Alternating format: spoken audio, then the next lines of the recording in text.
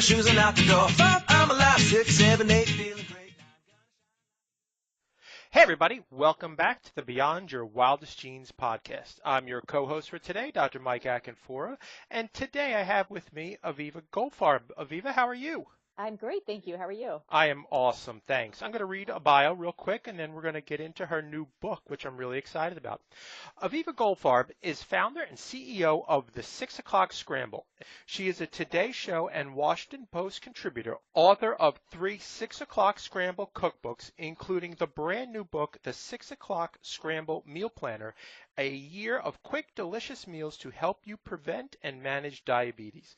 Aviva, welcome to the show. Thank you so much. It's great to be with you. Thank you so much. So the first question we ask everyone who comes on our show is, tell us about your journey. Well, my journey has been a great one. So I guess food has been an important part of my life since I was a child. And in my home, as in many homes, one of the main and sometimes only times that my family really connected with each other physically and emotionally was at the family dinner table. And so I knew that when my husband and I had children, I really wanted family dinner to be part of our life. And in addition, I love food and I really care about good nutrition. And so I knew that by making my family healthy food, I would be doing a lot, for our health as well. So when I first had kids, I thought this will be great. My mom made it look so easy. I'll get dinner on the table. It'll be a breeze. And sure enough, it was actually really challenging to get a quick and healthy dinner on the table when I had little ones, and just finding something that everybody would actually like and eat. So I focused on sort of solving my problem first, and I realized as I spoke to other people, especially moms, that almost everybody found it challenging to make family dinner happen when you have, regardless of whether or not you have kids at home, but especially when you have little kids at home. And so I created a meal planner because one of the hardest things is when you don't know what you're making every day and you're scrambling at 6 o'clock to figure out what you're going to make, and do you have all the right ingredients? Do you have to stop at the store? And that's often what gets in our way. So I created a meal plan where I would send people 5 recipes a week, and actually now it's 8, so they have more choice, and a grocery list so that they wouldn't have to worry so much about what they were going to make every day, and they could shop once a week and get everything they need for a week of meals. I love it. And so that's how you started it? That I started a while ago. I'm sorry. Okay. It just sort of has grown from there. Amazing. And is that how and why you started the 6 O'Clock Scramble? That is why I started the 6 O'Clock Scramble. I really wanted to help other people be able to make family dinner happen the way that I had sort of solved it for myself. And I wanted to be able to offer the solution to other people because I believe that it is so important for us to be able to connect with our families over a healthy home-cooked meal.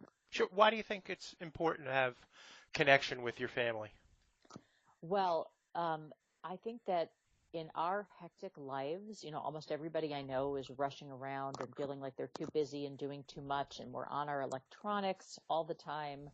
That I think that family dinner is one of the last bastions of sort of quiet and calm that we can create, and we can do it pretty easily, where we can actually disconnect from all the chaos and all the electronics and our phones and connect with each other and make eye contact and have real conversations with each other, in addition to being able to nourish ourselves both physically and emotionally, but physically with, a healthy home-cooked meal. And so this is an area where I feel really strongly about that the family dinner is, if we're not stopping at least once a day to enjoy our time together and share some good food and talk to each other, then really life is just, often pure chaos. And so this is an area where I feel that I can help other people and have an impact. It's funny that you mentioned that. We just interviewed Pedram Soja for his new book, and he quoted a study that even if your phone is out and you're not even looking at it, that it will interrupt that connection that you have at dinner time with your family. That makes total sense to me. That really does. It's amazing. So what often, and I know the answer to this, and I love the name of your book, 6 O'Clock Scramble. I think that describes perfectly what we're talking about. Mm-hmm. Yeah, most people can relate to that, Yeah, it's amazing. So, especially if they're the primary person involved with getting dinner on the table. and that describes what's going on in our society today to a T.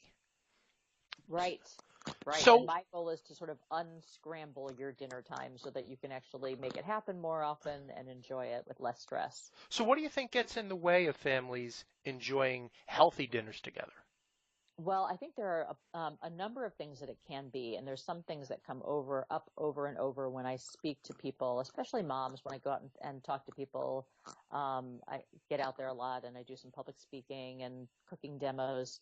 For one thing, I think a lot of times people just don't know what to make, and they get kind of paralyzed because they don't have enough easy recipes that are actually healthy, or they feel like they make something and somebody in their family doesn't like it, or people have different tastes in their families, or even different dietary needs. And so it can be so overwhelming with all the decisions that we have to make that sometimes people just say, oh, forget it. I'm just going to call for a pizza, or we're going to have a frozen meal, or we're going to go out, or we're just going to do the same, thing that we always do every week.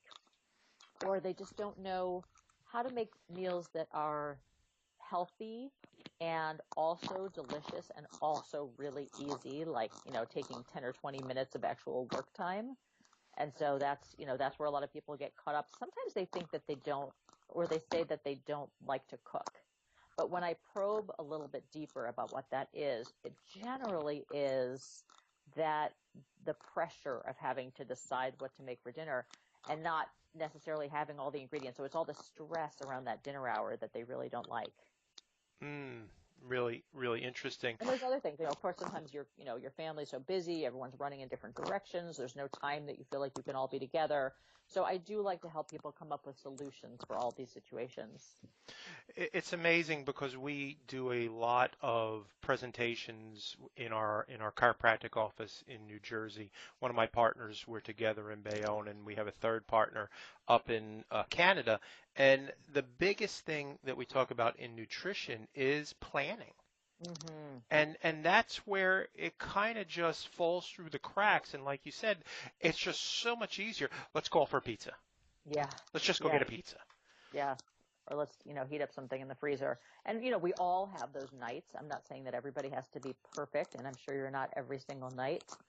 But, so when I started planning for myself and suggest to other people that they, start planning, a lot of times it's like, oh, I'm just not that organized, or it felt overwhelming. But when I actually did it, I was amazed by how much time it actually saved me and how much stress it saved me, even more importantly. And it also saves a lot of money because you're not eating out as much and you're not wasting food as much because you have a plan. But what I did is when I realized how much a lot of people felt like they didn't want to plan or couldn't plan, I just do it for them. So on my website and in my cookbooks, people get a plan every week that they can very easily customize to their family's size or schedule or diet or preferences. But that'll take them 2 minutes if they want to customize it rather than having to start from scratch. And I That's even give them a grocery list. And one of the things that I've realized, over the years, I've been doing this for quite a while, but I've just found ways to make it easier and easier. So almost like a no excuses meal plan. So I even tell you what side dish to make with it and when to start the side dish so that everything's ready at the same time, and how you can make the same meal in the slow cooker if that works better for you, and what wow. things that you can do in advance, or you can delegate to one of your kids or your partner or spouse. So trying to just take all the sort of excuses out so that you can just make it happen. I love it. I mean, that just makes it so easy. And in talking about the planning, it's one of the things that we'll say, oh, I want to be spontaneous. Oh, I don't want to be pinned down. But yet, Mm-hmm. when we have what you're saying, it just makes it that much easier and that much more freedom. In addition to saving Yeah, money, and in addition to true. eating healthier. Yeah. Yeah. And there are ways that you can still incorporate creativity into your plan. Like I like to be creative too. Hmm. So what I'll do sometimes is and this is something I recommend. So, first of all, I know maybe what 3 or 4 or 5 recipes I'm going to make, but I can still pick which one I'm going to make each day based on what I feel like. And I have all the ingredients for them.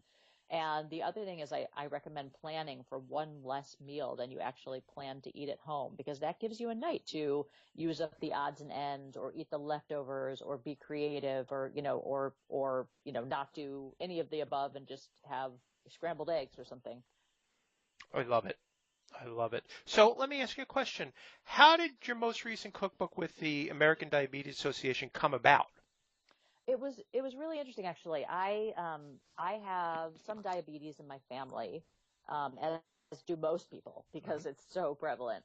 But it wasn't something that was completely on my radar screen. But I do contribute to the Washington Post, as you had mentioned, and I had a bunch of recipes in the Washington Post a couple of years ago, and it caught the eye of the American Diabetes Association, because they're really big on planning, because we know that that's the key to being able to succeed in eating healthier. And for people who have diabetes or pre-diabetes or have diabetes in their family, it's really important. Your healthy diet is really important. And you can even oftentimes reverse diabetes or pre-diabetes with healthier eating and weight loss. So anyways, they contacted me and they said that their meal planners are their best sellers, and they knew that was my specialty, so they thought we could collaborate. And it's actually been fantastic to work with them, and I've learned so much about healthy eating and diabetes with them. And one of the most important things that I've realized is that the same diet that is best for people with diabetes or pre-diabetes, or just who don't want to ever get either of those things, is really the way that all of us should be eating all the time anyways. Amazing. So it's at first I thought, well, I don't really have a diabetes audience, but then I realized that, first of all, I was surprised to learn that most people who have diabetes or pre-diabetes have kids living at home, and that tends to be my main audience. And that this is a diet that is healthy for all of us. This is just, more fruits and vegetables, more whole grains, a good amount of protein, not using too many refined carbohydrates. So all the things that are recommended for all of us, whether we want to just be healthier, prevent disease, lose weight, prevent diabetes, prevent heart disease, probably even cancer. So it's a diet that I really feel I can stand behind. Absolutely. And one of the things that we talk about in our office is just eat real food. Right. It's just so much easier. If you pick up a box and you cannot pronounce what's in your food, you really shouldn't be eating it. Yeah. And Yeah. that's what makes it really much easier. And people will. Right. You don't have to think about it so much. And the other thing that I think that goes along with it is when you're having a meal. So it's something that I learned called the diabetes plate method, but really it could be the all of us plate method, is fill half of your plate with fruits or vegetables. Absolutely. At least, but half, and then maybe a quarter with whole grains and a quarter with lean protein. Awesome. So what makes your cookbooks different than any of the other ones that are out there?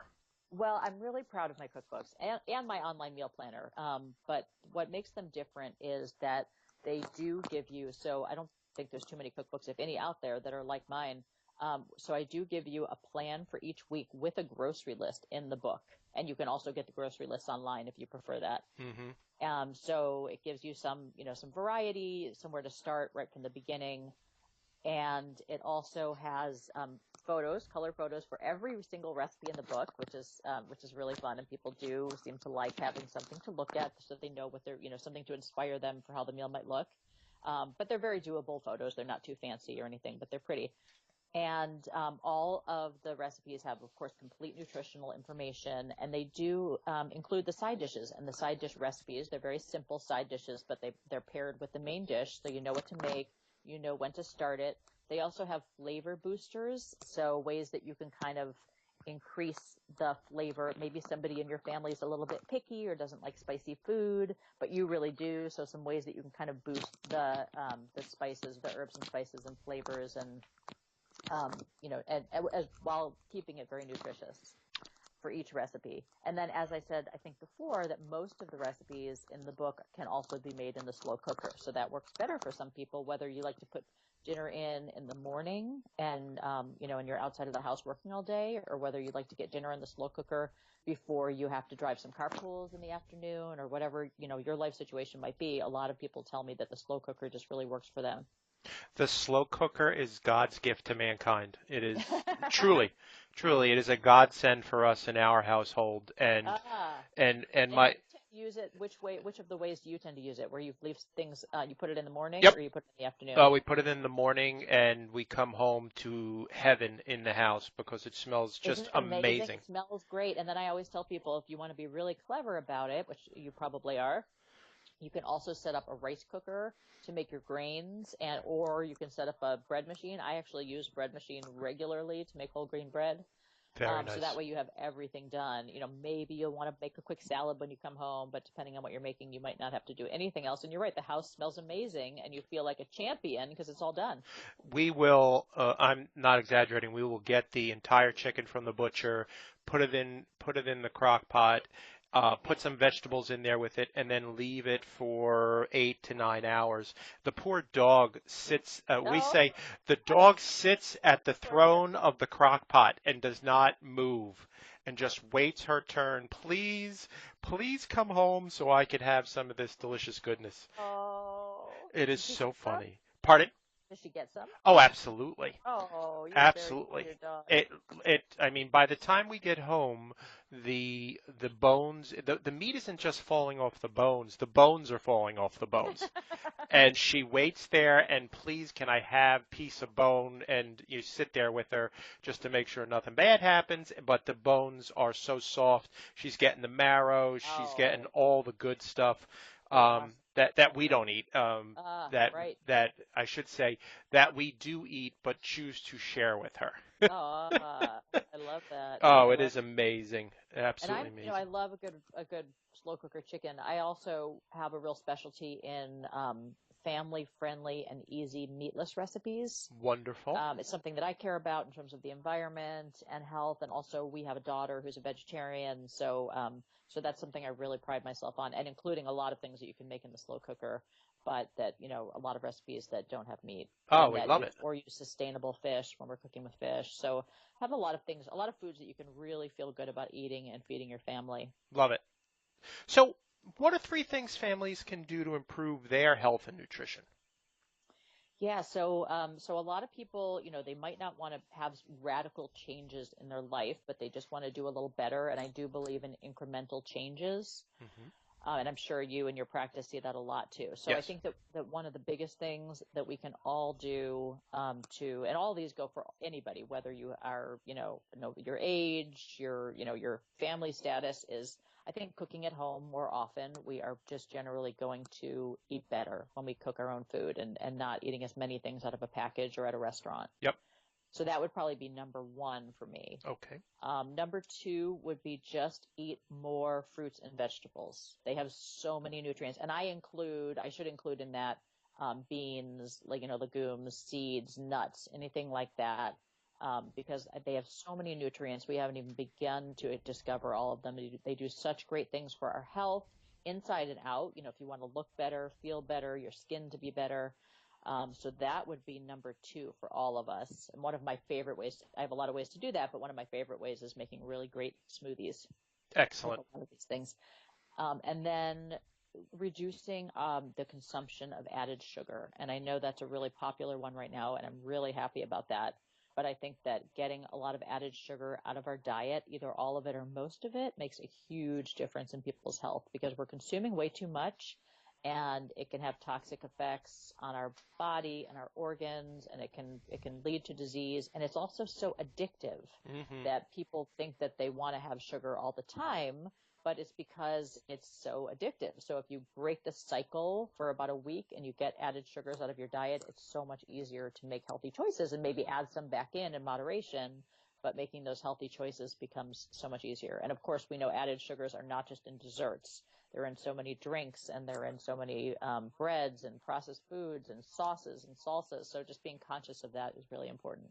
It really is, and it's I forget the numbers, and I present on them all the time. I think it's 30 to 50% of the population is overweight, Mm-hmm. and 20 to 30% is actually obese, and this is all coming Mm-hmm. from sugar.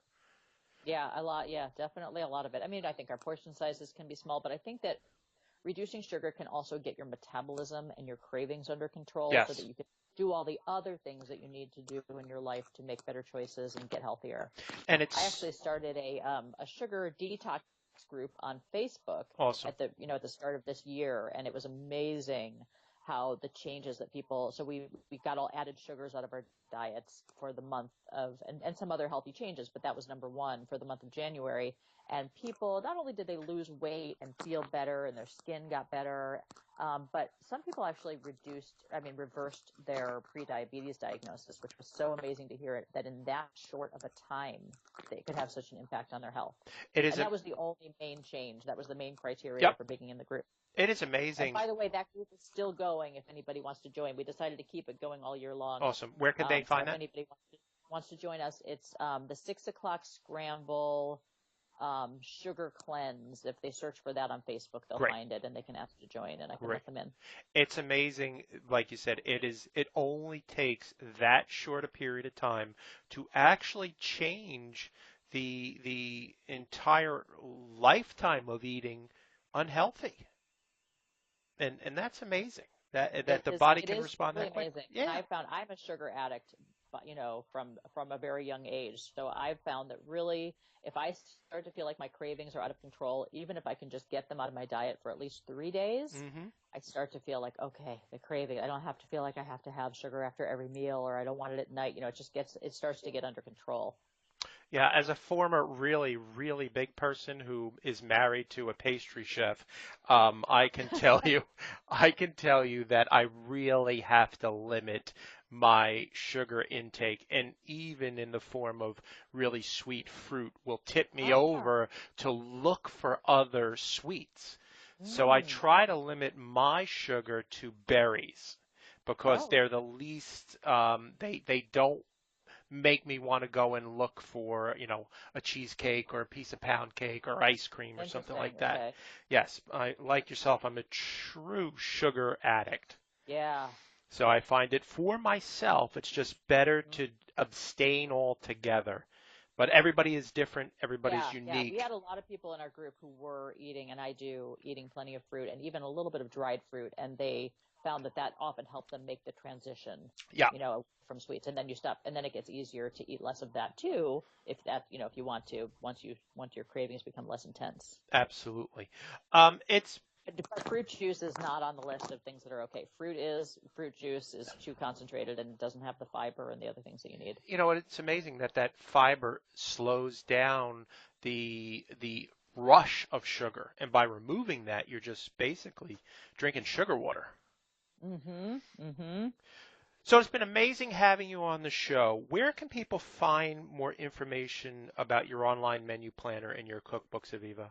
So thanks for asking. The SCRAMBLE.com is my main website, and you can see information about my online meal planner, and we do have a 2-week free trial, and the cookbooks there. Awesome. And to learn more about, and I'm on all the social media, of course, too, but you'll be able to find that there, too. So that's the hub. Sweet. What would I usually ask people, what would you like to leave our audience with? You have anything to say?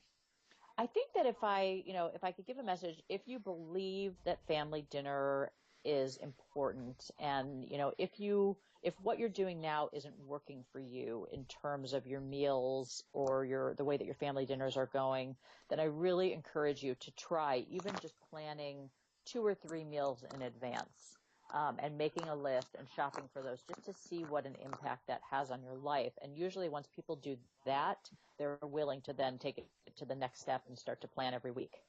Absolutely. Aviva, I love your message. Family dinners, so important in our society today. Thank you so much for being on the show. I am your host, Dr. Mike Akinfora. If you like this show, please share it with your friends and family. You can find us on iTunes at Beyond Your Wildest Genes podcast or on Podomatic. And thank you so much, everybody. Have a great day. We'll see you soon. Thank you. Ciao.